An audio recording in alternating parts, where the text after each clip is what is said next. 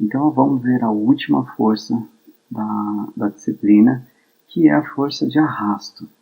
A força de arrasto, gente, é uma tentativa da gente começar a incluir a resistência do ar no movimento das coisas que a gente está descrevendo. Então a força de arrasto, a gente vai começar a se preocupar em como introduzir esse efeito no nosso sistema.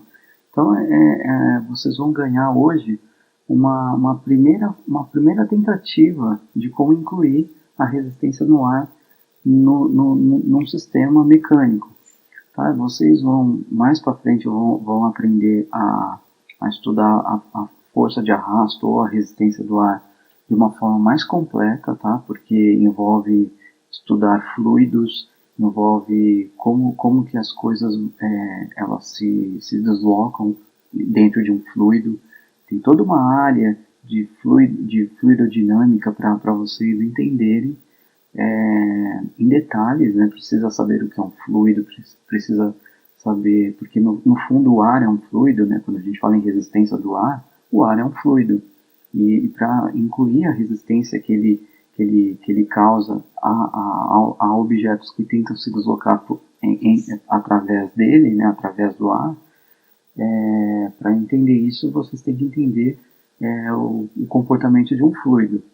E isso envolve bastante conceito, envolve muitos estudos para serem feitos, que se a gente fosse falar de tudo que envolve os fluidos, eu ficaria aí mais 2 ou 3 semanas falando somente de fluidos, tá? Tem muita coisa para vocês aprenderem para tratar da forma como tem que ser feita a resistência do ar. Tá? Então, aqui a gente vai fazer apenas uma primeira tentativa de como incluir a resistência do ar e sabendo já de antemão que é apenas uma forma aproximada, é uma forma que vale somente em alguns casos, não vale para todos os casos em geral. E aqui eu vou brevemente discutir aonde funciona e aonde não funciona a força de arrasto que a gente vai ver na aula de hoje, tá bom? Então, aqui eu desenhei 4 objetos aqui, e todos eles estão sendo vistos de perfil, tá? Então, esse objeto aqui pode ser um quadrado mesmo, uma chapa quadrada. Essa aqui pode ser uma bolinha.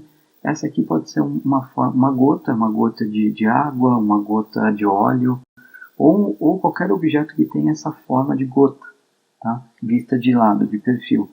E essa aqui tem uma forma um pouquinho mais, parece a gota, só que ela é um pouquinho mais esticada, mais fininha, tá? Então aqui eu desenhei esses 4 objetos e eu vou assumir que eles vão se deslocar pelo ar. Imaginem aqui que eles estão todos na vertical, são mantidos aqui em pezinho mesmo, e em algum momento eles são soltos para se moverem no ar.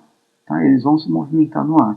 E vamos supor que todos eles se movimentem para baixo. Vamos assumir que todos eles vão se movimentar para baixo. Tá?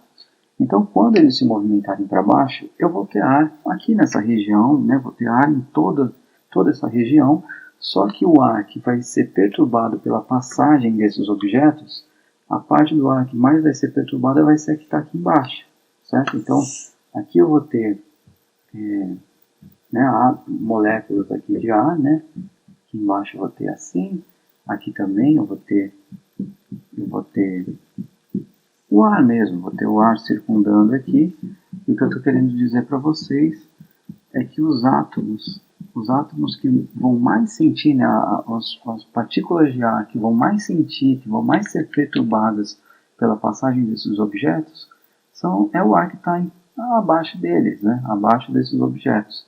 Então, estou assumindo que o objeto está caindo, e à medida que ele vai caindo, eu posso até tracejar aqui linhas aqui que vão indicar que esse objeto vai se deslocando. O ar que vai imagina que esse objeto caiu um pouco, ele vai perturbar o ar aqui que está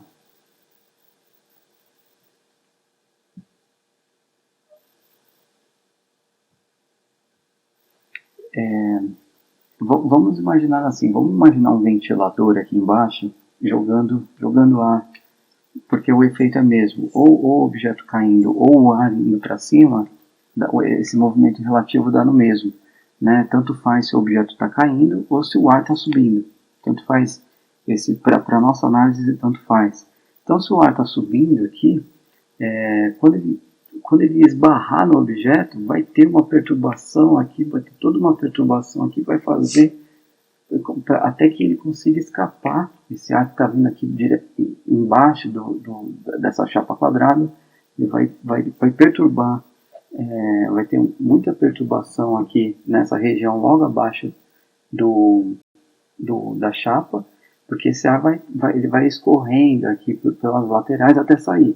Ele vai sair e vai causar essa turbulência que eu tentei desenhar aqui nessa figura. O que eu estou querendo dizer para vocês? Que objetos que têm esse formato causam muita turbulência na hora que eles passam pelo ar. Então, uma chapa quadrada, quando vocês pegam um objeto quadrado e soltam, essa turbulência que é gerada pelo ar, pela passagem do objeto, causa muita turbulência no ar, por onde ele passa. Causar muita turbulência, vocês vão aprender isso quando estiverem estudando fluidodinâmica, vocês vão perceber que quanto mais turbulência eu tenho na passagem, mais turbulência o objeto causa no ar para passar pelo ar, maior vai ser a força de arrasto. Tá? Quanto mais turbulência, maior a força de arrasto que ele vai sofrer, mais resistência do ar que ele vai sofrer. Tá? Por quê? Porque o ar que está aqui embaixo, à medida que o quadrado está se movimentando para baixo, esse ar vai acumulando aqui, vai tendo uma pressão aqui, né? Uma força ali, porque ele tem que escorrer. Esse ar tem que escorrer, ele vai escorrendo aqui por debaixo até sair e vai causando essa turbulência aqui nessa região superior aqui. Para esse objeto que está aqui, ó, para a bolinha, o ar vai subir, vai começar a subir de novo, vai escorrendo, esse ar vai batendo na bolinha, vai escorrendo até que sai aqui. Esse aqui, ele já é um pouquinho mais, você está dando para ver aí as linhas. O ar aqui, a bolinha, aqui tem umas turbulênciazinhas aqui, mas para objetos esféricos, a passagem do ar não causa muita turbulência. Mas tem uma certa turbulência aqui. Tá? Deixa eu separar aqui os desenhos, para ninguém ficar confuso. Então, estão entendendo aqui onde eu quero chegar? Objetos com forma quadrada, com formas retangulares, com chapas em geral, causam muita turbulência e esse caso a gente não vai estudar, porque a força de arrasto é muito, muito mais complicada de ser estudada para esse objeto. Tá? Mas dá para fazer, isso aí não tem nenhum problema, que para o curso de Física 1 eu não vou abordar. Para objetos esféricos, a coisa já começa a ficar um pouquinho melhor, porque como vocês viram no desenho, eu tenho menos turbulência. E aqui já dá para fazer algumas continhas, já dá para trabalhar, mas ainda não é a forma que eu quero estudar ainda, não é o tipo de turbulência que eu vou querer estudar, porque nos sistemas mecânicos que a gente vai estar bastante familiarizado ali com os exemplos que a gente vai estudar,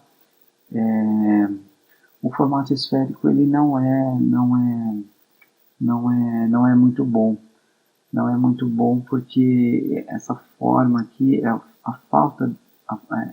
essa turbulênciazinha aqui atrapalha a equação para a força de arrasto. Isso a gente vê experimentalmente, tá? Isso é uma comprovação experimental. Essa turbulênciazinha aqui tem uns efeitos que eu preciso ainda levar em conta. Ao contrário desse carinha aqui. Porque esse carinha aqui, ó, o ar, à medida que ele vai encontrar, né, esse objeto, ó, eu vou desenhar algumas linhas, né? À medida que ele vai encontrando, aqui vai ter aquele efeito de escorrer, né? O ar está chegando aqui. E ele, tá vendo aqui que no objeto esférico, Não tendo essa pontinha aqui, eu teria essas turbulênciazinhas aqui. Mas como eu tenho essa pontinha, o ar vem escorrendo aqui, escorrendo e passa. Ele passa assim, ó, causa pequenas turbulências aqui na ponta, que eu estou desenhando aqui, ó. Mas no geral, eu tenho pouquíssima turbulência, já nesse caso. Né? Ao contrário desse aqui, o fato de ter essa pontinha aqui gera menos turbulência. Esse ponto aqui é o caso que a gente vai estudar. Estou interessado nesse cara aqui, eu posso fazer um ok aqui, ó. Tá? Então, e aí o último caso, né, gente? Esse formato aqui, vocês já viram que ele quase não causa turbulência, embora tenha turbulência, tá? Vai ter umas turbulênciazinhas aqui sim, continua tendo. Menos do que a esfera e muito menos do que o objeto quadrado. Esse carinha aqui é o design que a gente chama de design aerodinâmico das peças, porque o ar ele vai passar aqui, percebam que o ar vai passar, na hora que encontrar a pecinha vai escorrer e vai passar, vai escorrer e vai passar, então aqui ó, escorreu e vai passar, e vai... As turbulências aqui, ó, as turbulências, bom, aí, né, desenhando mais linhas aqui. Qual a diferença desse para esse? Esse aqui ainda causa uma certa turbulência, mas esse aqui são peças que a gente chama de aerodinâmica, porque quase não causa turbulência. Passa como se fosse uma faca numa manteiga, assim, ó. Ele passa pelo ar como cortando o ar mesmo, fazendo um corte no ar sem causar muita turbulência. Esse caso aqui é o caso que a gente chama de movimento aerodinâmico no ar. Enquanto que vai causar pouquíssima turbulência, mas aí já foge um pouco da nossa força de arrasto, porque objetos aerodinâmicos tendem a não ter tanta turbulência, não tem tanta força de arrasto, porque eles vão simplesmente cortar o ar, e aí vai ter pouquíssima resistência do ar, por isso que objetos aerodinâmicos eles são aerodinâmicos porque eles passam pelo ar com pouquíssima resistência. Por isso que são chamados de aerodinâmicos. E aí, esse caso a gente não vai estudar, porque tem toda uma área de aerodinâmica envolvida aqui. A gente vai estar interessado nesse carinha aqui, que ele não é nem aerodinâmico, mas também não é tão ruinzinho como a esfera. Ele está ali no meio termo, tá? E a gente vai ver como é que estuda esse tipo de caso, que é o mais comum. Objetos que passam pelo ar e que causam alguma turbulência, né? Não tão grande como esse objeto e não tão intermediário como esse, geralmente é esse aqui que a gente está interessado. Tá? Para o curso de Física 1 é esse aqui que vocês vão aprender a como incluir a resistência do ar para objetos. Vamos dar um nomezinho para esse objeto? O livro chama ele de rombudo, objetos rombudos. Eu não gosto dessa palavra, eu nunca gostei e eu não sei... rombudo é uma palavra que não é familiar a mim. Então eu vou chamar isso aí de objeto de gota. Objeto com uma forma de gota. Tá? Toda vez que vocês estiverem diante de um objeto em forma de gota, que passa pelo ar com uma forma parecida com uma gota, vocês vão conseguir incluir a força de arrasto para esses objetos usando a fórmula que vocês vão aprender daqui a 5 minutos, tá bom? Então vamos lá, vamos ver como que a gente descreve a força de arrasto para objetos no formato de gota. Bom, então vamos construir essa força de arrasto aí, passo a passo com vocês. Em primeiro lugar, vamos imaginar um objeto um pouquinho mais próximo da nossa realidade, né, que se desloca no ar. Vocês vão ver, a gente vai estudar bastante. A gente pode imaginar um carro se deslocando aqui no ar. Vou desenhar um carro aqui de uma forma um pouquinho mais próxima do real, né?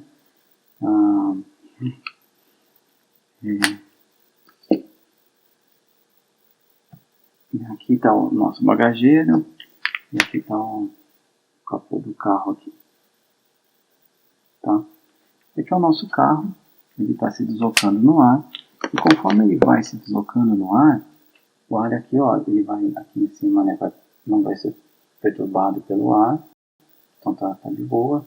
Vamos considerar uma velocidade do carro vir para a direita, né, velocidade vir para a direita, e o ar aqui, ó, ele vai estar se deslocando aqui pelo ar, e a gente quer introduzir a resistência do ar para o movimento desse carro, né? Então aqui a gente viu, né, vou desenhar mais uma linha aqui, ainda não está sofrendo a perturbação, né, da passagem do carro, e aí agora a próxima linha o carro vai encostar, vai ter um escoamento aqui do ar, vai gerar uma turbulência, que vai começar a ter as turbulências, né?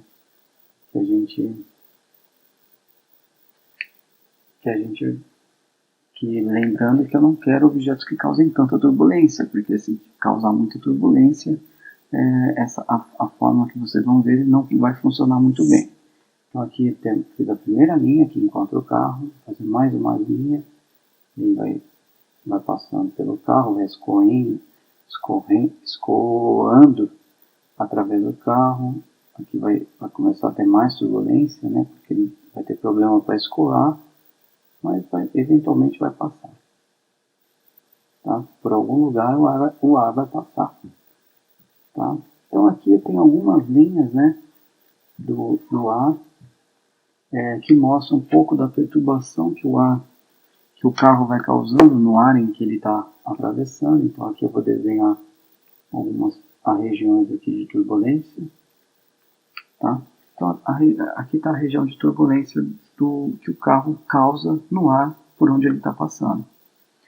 Tá bom? Essas linhas aqui são muito visíveis em tubos de vento, tá? Os carros em geral, eles são colocados em túneis de vento, exatamente para medir essa região de turbulência, tá bom? A Embraer tem um túnel de vento legal, onde eles usam para construir peças aerodinâmicas, né, para os aviões. Bom, mas então esse objeto aqui é o que a gente vai aproximar de um objeto que tem uma forma de gota. Por quê? Porque ele tem, né, uma pontinha aqui, ó. Depois tem aqui a traseira do carro, mas ele corta o ar assim, né, com essa pontinha aqui, e em formato de gota mesmo, né, aqui uma gota na horizontal, tá? Que os carros em geral, eles perturbam o ar por onde eles passam. Assim, é uma boa aproximação considerar que a forma do carro como se fosse uma gota atravessando o ar, tá? Na verdade, na verdade, atingir esse design para o carro é o que os projetistas tentam chegar, que é quanto mais próximo de uma gota melhor. Porque eles não vão construir carros aerodinâmicos, porque carros aerodinâmicos são aqueles carros aqueles carros esportistas, Ferrari, Porsche, eles são muito achatados. E esse achatamento, enfim, não é tão confortável, ele tem os seus problemas lá, nem todos os carros serem construídos dessa forma. Talvez no futuro, para otimizar o consumo de energia, talvez a gente vá nessa linha, mas não sei. Aí tem que entrar nessa discussão de design para carros, mas não é isso que eu tô querendo, não é o foco da nossa discussão. É só porque os carros mais comuns que a gente vê por aí no nosso dia a dia tem esse formato mesmo de uma gota, tá? E a gente vai começar a estudar como é que incluo a força de arrasto para esse carro. Então a primeira coisa que eu vou escrever aqui, né, eu vou escrever então a força de arrasto, ela vai ser proporcional. Vamos tentar identificar aquilo que é importante que a gente tem que levar em consideração para pôr aqui na nossa discussão. Então vamos imaginar o seguinte: vamos imaginar dois objetos que se deslocam pelo ar. Ó, aqui tem ar, tá? E aqui são os meus dois objetos. Tá vendo? Eles têm um formato quadrado, tá? Eles têm um formato quadrado e eles são exatamente iguais, tá? São dois objetos iguais, tá bom? Embora não seja o quadrado que a gente vai estudar, eu quero trazer aqui para vocês uma discussão muito importante, que é a seguinte: será que a massa dos objetos é importante para a força de arrasto? Então, olha só, o que eu estou querendo estudar? Eu estou querendo construir uma força que é de resistência ao movimento dos objetos pelo ar, né? Então, por exemplo, eu vou soltar esses dois objetos, eu observo que o ar vai gerar uma resistência para esses dois objetos se moverem, né? Eles vão ter uma resistência de movimento. Eles vão ter uma resistência para se deslocarem através do ar. A minha pergunta é: será que objetos com mais massa vão cair? Será que essa força de arrasto que os objetos vão sentir, ela vai ser proporcional à massa? Quanto maior a massa, mais a força de arrasto vai ter? Então eu posso pegar objetos mais pesados aqui, ou então, por exemplo, ó, se eu soltar aqui de cima, eu vejo que eles caem quase igual. Vocês viram que eles caíram quase igual. Pode ir em câmera lenta aí para vocês verem. O movimento o movimento de queda desses dois objetos exatamente iguais, é aproximadamente o mesmo, tá? Se eu garantir aqui que eles caem na mesma altura e do mesmo jeito, eles vão cair juntos, tá? Sofrendo ali uma resistência do ar muito parecida uma com a outra. Eu poderia pegar um objeto mais pesado aqui, mas mantendo a forma, e tentar verificar isso. Mas eu vou fazer uma coisa um pouquinho mais esperta aqui, ó. Eu vou pegar esse objeto e vou amassar ele. Eu vou amassar ele, ó.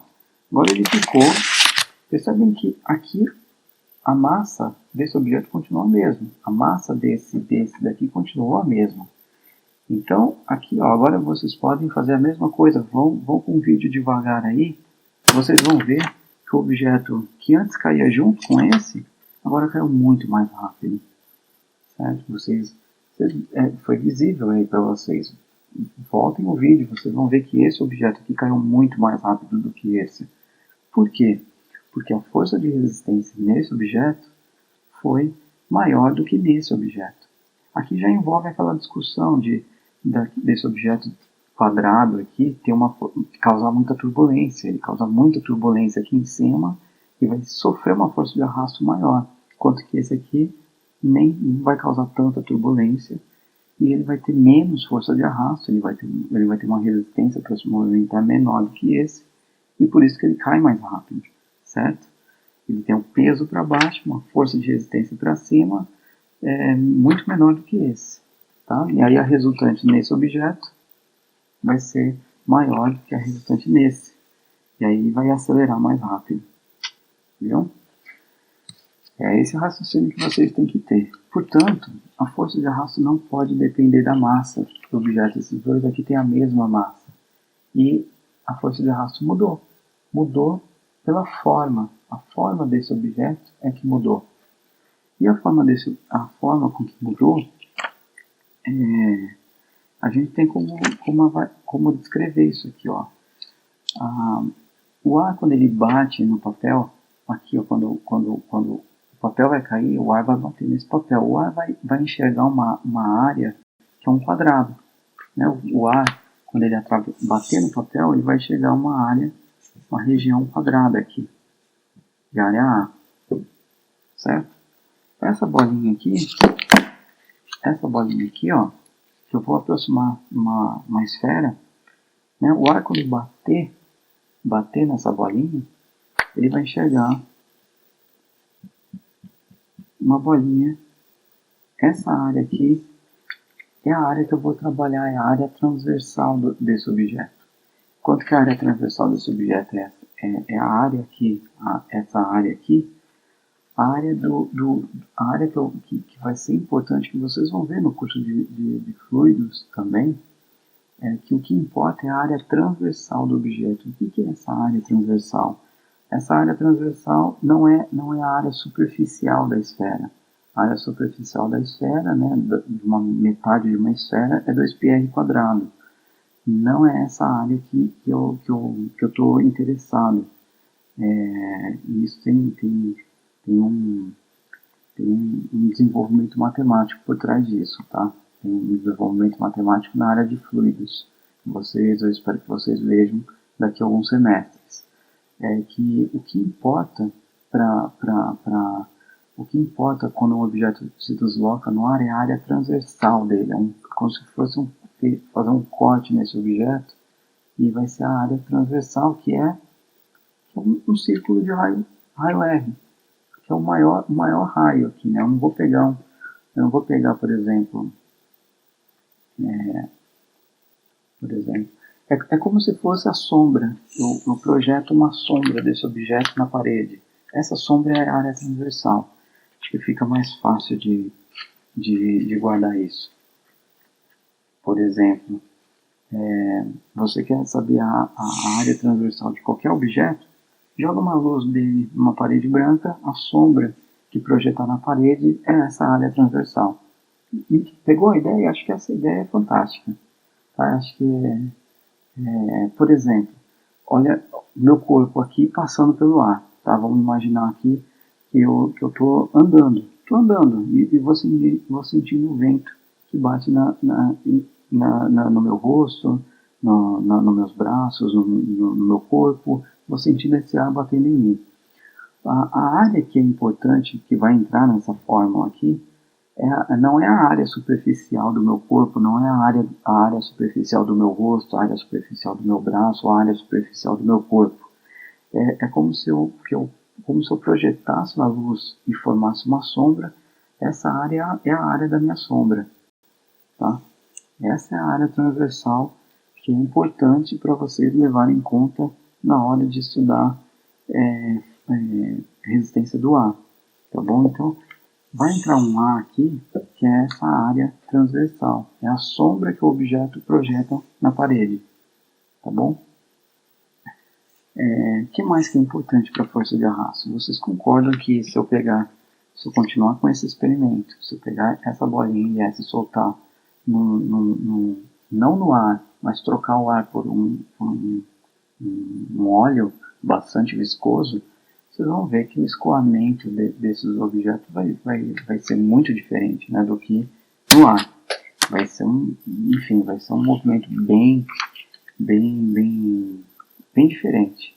Então, uma coisa que é importante para a força de arrasto é que quanto mais denso for o fluido, maior vai ser a força de arrasto. Quanto menos denso, menor a força de arrasto. Então, vai ser proporcional. E só um comentário, né? É que a área da bolinha, a sombra que esse objeto faz na parede é muito maior que a sombra que esse objeto faz na parede. Portanto, quanto maior a área, maior a força de arrasto. Por isso que está no numerador essa área, tá? Caso fosse o contrário, a área estaria no denominador. Esqueci de fazer esse comentário. Então aqui está o ρ do fluido. Densidade do fluido, quanto mais denso for o fluido, maior a força de arrasto. E por fim, vem aqui um fator que é a nossa velocidade ao quadrado. A força de arrasto vai com o quadrado da velocidade. Então, objetos em formato de gota, a força de arrasto vai com v quadrado. Objetos com formato esférico tendem a ter v quadrado, v cubo, v à quarta, em alguns casos. Quanto maior a turbulência, essas potências na velocidade vão aumentando, vão diminuindo, enfim. Objetos aerodinâmicos vão linearmente com v, ou em alguns casos em logaritmo de v. Enfim, tem ali, é o que eu falei, a área de fluido dinâmica é bem ampla. No nosso caso, a gente vai estudar apenas formatos de gota, cuja força de arrasto vai com o quadrado da velocidade. Tá bom? E aqui encerra. Quanto mais rápido está, mais a força de arrasto.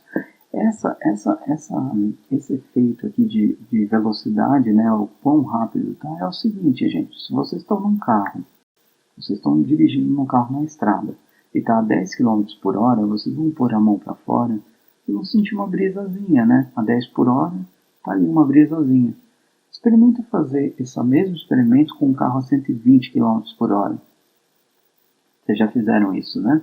Já colocaram a mão para fora com um carro a 120 km por hora. Quando a sua mão dá aquele tranco, porque você pôs a mão para fora e você sente uma força. Façam esse teste um dia, se vocês puderem. Pega um carro a 120 km por hora ou a 100 km por hora, não precisa estar tão rápido, mas coloca a mão para fora da janela. Aquela força que vocês vão sentir é esse carinho aqui, ó, força de arrasto. Tá? Eu diria até que a sua mão tem uma área, não é uma gota, né? A forma da sua mão, ó, com o ar batendo aqui, ó, está mais próxima de um quadrado do que uma gota. Então vai ser bem mais forte do que a força. Tentem fazer assim, ó, tentem botar sua mão assim, ó, no formato de um bichinho. Façam assim, ó. Aí a força que vocês vão sentir vai ser próxima a esse V quadrado aqui, a esse tipo de força de arrasto. Tá? Façam o biquinho para fora do carro, mas, né, aqui tem todo esse objeto aqui, ó. O braço vai sentir uma força de arrasto aqui, não é formato de gota. Então aqui você vai sentir uma força muito maior aqui no seu braço do que na mão, tá? Quando fizer esse experimento. E, para concluir, só está faltando saber a constante de proporcionalidade, né? Se eu sei que a força de arrasto é proporcional à área transversal do objeto, a densidade pelo qual o objeto, a densidade do fluido pelo qual o objeto está passando, e o quadrado da velocidade do objeto, só falta uma constante de proporcionalidade, que foi definida como sendo meio de um coeficiente de arrasto vezes A, vezes o ρ do fluido, e o quadrado da velocidade. Essa é a fórmula que vocês vão usar e que a gente vai considerar para resolver bastante exemplo. Então, gente, concluindo essa parte de resistência do ar para objetos em forma de gota. Como é que vocês vão incluir a resistência do ar nesses casos? Então vocês agora já conseguem fazer isso. Olha só. Então considera aí um objeto de massa M caindo. Lembra da atividade do rapaz jogando o vaso em cima do cãozinho Bingo? Então, lá a gente não considerou uma força de arrasto, não considerou a resistência do ar. E tem que ser levado em conta, dependendo do objeto. Só é uma boa aproximação desprezar a resistência do ar quando o objeto for aerodinâmico. Tá? Quando ele não for, ele vai ter que, pelo menos, ter uma força de arrasto que vai com o quadrado da velocidade, que são objetos em formato de gota. Né? Então, é uma forma de incluir. Mas o que a gente fez naquele exemplo? A gente incluiu a força-peso. Lembra? A gente incluiu, vai ter uma força-peso aqui, que é igual a mg, né? A força-peso desse objeto vai ser mg, e agora eu vou incluir a resistência do ar. A resistência do ar sempre vai ser de oposição, sempre resistência, vai resistir ao movimento. Portanto, tem que estar, se o objeto vai cair para baixo, né, se ele vai cair verticalmente para baixo, esse FA vai ter que estar para cima. Tá? Então eu vou ter força-peso. Eu vou ter, vamos adotar, né, positivo para cima. Então vamos adotar y para cima e x para a direita. Eu vou ter FA menos FP igual a MA. Igual a MA. Certo? Eu vou ter então uma força de arrasto para cima menos a força de peso para baixo vai ser igual a massa vezes a aceleração.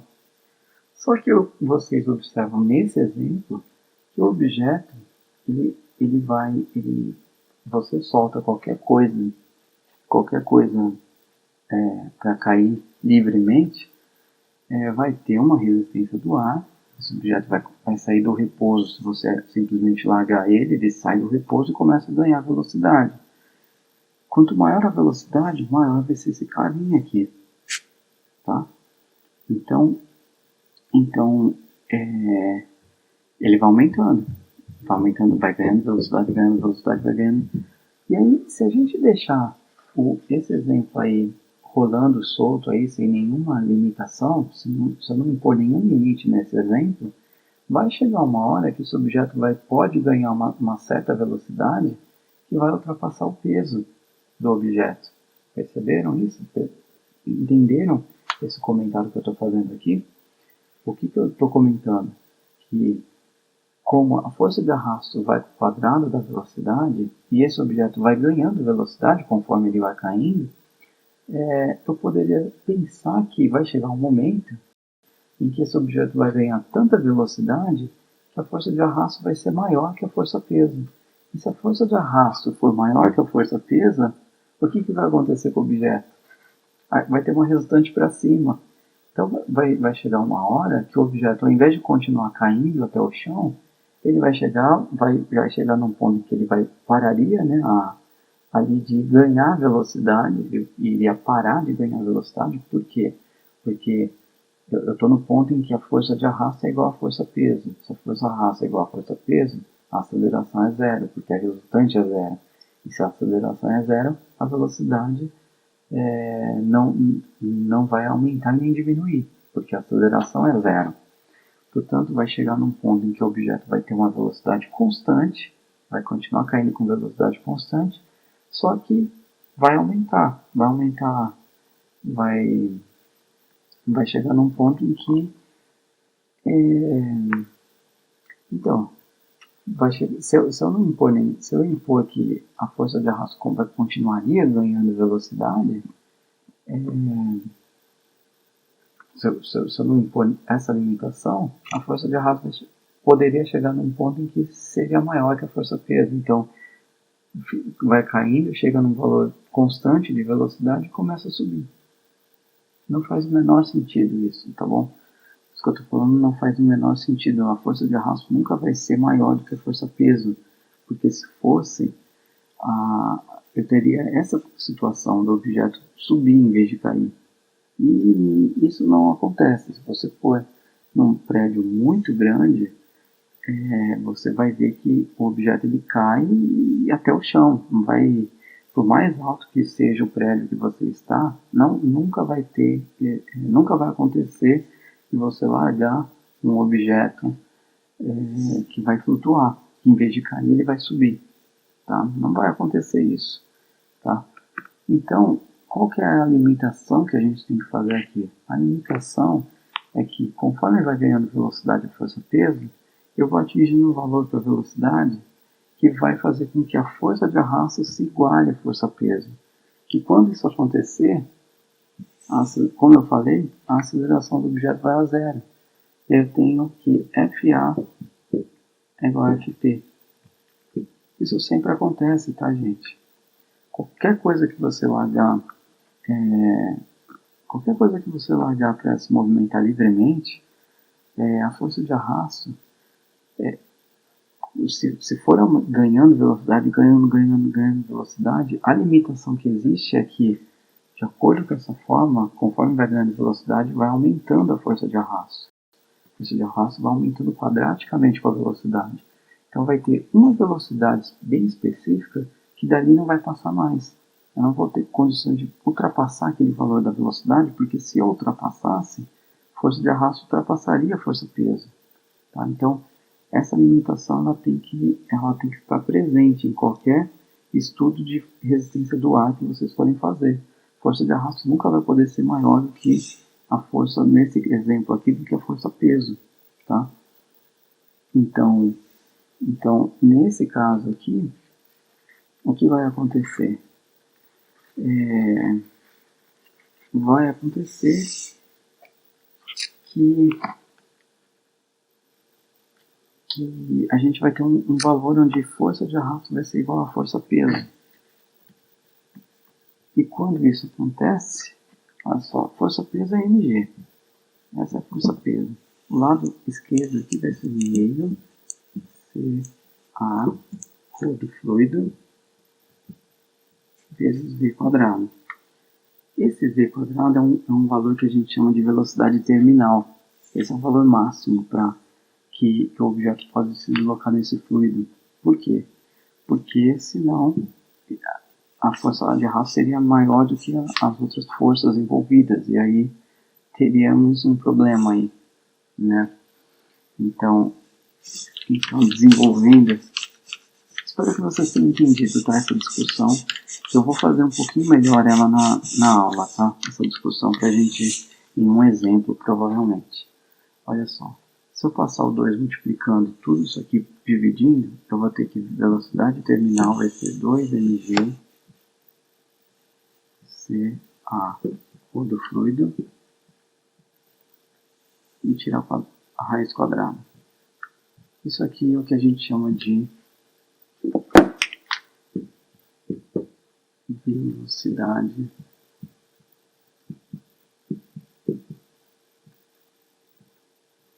terminal.